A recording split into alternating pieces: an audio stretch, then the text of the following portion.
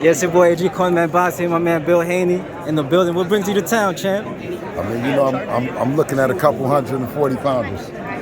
Looking at a couple 140 pounders? Yes. Who we looking at today? You know what? We got Josh Taylor and of course Teofimo Lopez. Man, I'm looking forward to a hell of a performance out of them too. Right. You know. Now let me congratulate you as well on your victory. You know what I'm saying? Big fight. How do you feel the fight? How did you score? Well, do you think the right decision was made?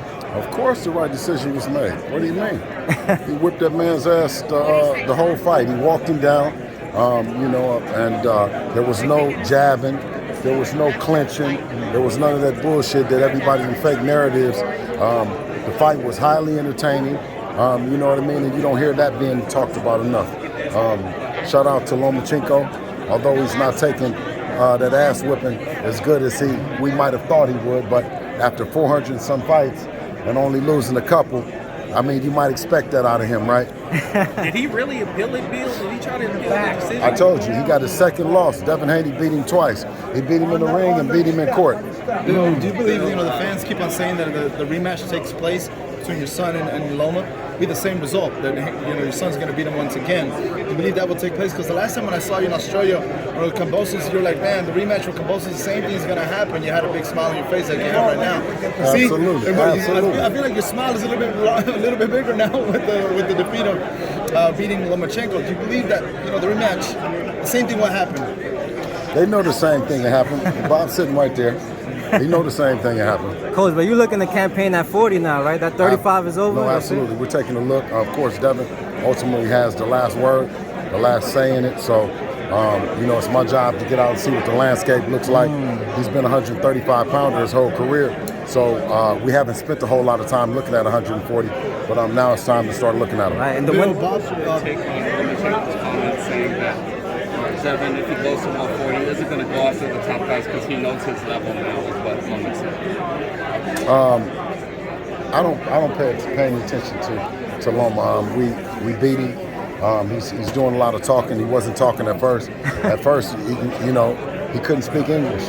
Now we hear everything. we hear everything from him. In 4 years, we didn't hear nothing.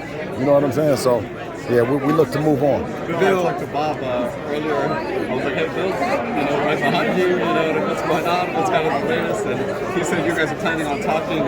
Is Top Rank still? I know Devin was very happy with the way he was promoted. Is maybe we'll just say the front runner in this dog race? Shout out Top Rank. Great hotel room, great flight over. You know what I'm saying? They're doing good by us. We don't have anything inked, but Bob know that I'm hungry as a low-ball wolf looking for the money. Where the money at, Bob? Bill, Bob also said that that there's 3 options that he wants to give to your son, Devin. He said the first one's a fight against Shakur Stevenson, the second one is against the rematch with Lomachenko, and the third one will be the winner from Teofimo and Josh Taylor. Just as yourself, as a trainer and a father, which would be the fight that attract you the most, and why in particular? Only thing unfortunate about that scenario is that Devin can't fight them all at the same time. You know what I mean? And until I get an offer on paper that looks like something, not just what you guys hear, because I hear the same things from you guys. We'll sit down and talk, and I'll listen and see what's on the table. And but Bill, with that smile that you always have, which one attracts you the most? Like, which one would you like the most? Devin beats them all. Devin is the best. Coach, he's the best. He's the best in the world. Would you like a tune-up first at 140? You're going straight for the killers right away. They're all tune-ups. Oh, okay. So Bill, so I like that. So tomorrow, all tune-ups though, Bill. So Pro the tune-up. He got his eyes on program. We're pretty confident. You know what I mean? I think the killer at 140 will be on there is fighting tonight, and Josh Taylor. I think that Regis Prograis is a hell of a fighter. He's a killer as well. You know what I mean? He had a competitive fight with Josh. You know what I'm saying? So for all intent and purpose, though, it's some hell of a fighters at 140. The potential fight versus Javante, with the situation he has going on right now, could we possibly see also that fight with Javante? Maybe at the end of the year, possibly next year, something that would attract you? Because I know he's going to move 140. He wants to be in the biggest fights for sure. So we're gonna just see. We're gonna see what's happening with this fight. See what Regis does. Of course, Devin was in the ring a couple weeks ago. So you know he'll decide within the next, you know, whenever he decides. Why do Bill would love to know, man. I know your son. He might move up to 140 pounds, but is it kind of annoying to you or annoying to Devin that Shakur's calling him out nonstop? He's really the only guy I would say that's been calling him out nonstop. Is it kind of hard for Devin to be like, okay, I know I want to move up in weight, but let me stick around at 135 because Shakur's talking a little too much right now. I gotta fight him. Yeah, well, you know, like you said, you got to put some substance with the behind the conversation. You can't just talk to the media. You know, you got to come in and talk to the people that you need to talk to make the fight happen. You know So what I are you mean? saying that you would be willing to stay at 135 to fight Shakur next?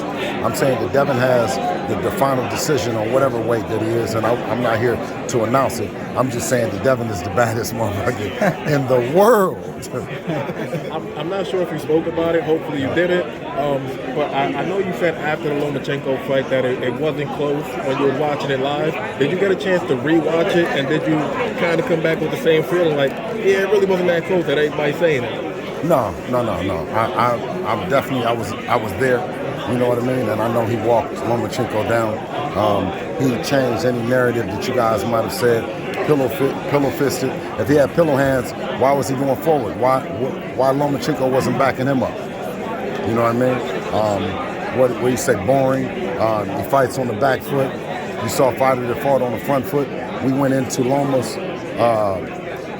heavy hand, power hand, backhand, whatever you call it. You know, we stepped to him from 1 to 12. And body shots was crazy. And just my last question, man. Can we get an official pick for Spence versus Crawford? I know you love both guys, 50-50 fight, but if you had to give one guy 51, the other guy 49, who would it be, Spence versus Crawford? No, it's a true toss-up. You know what I'm saying? Putting any kind of emotion to the side.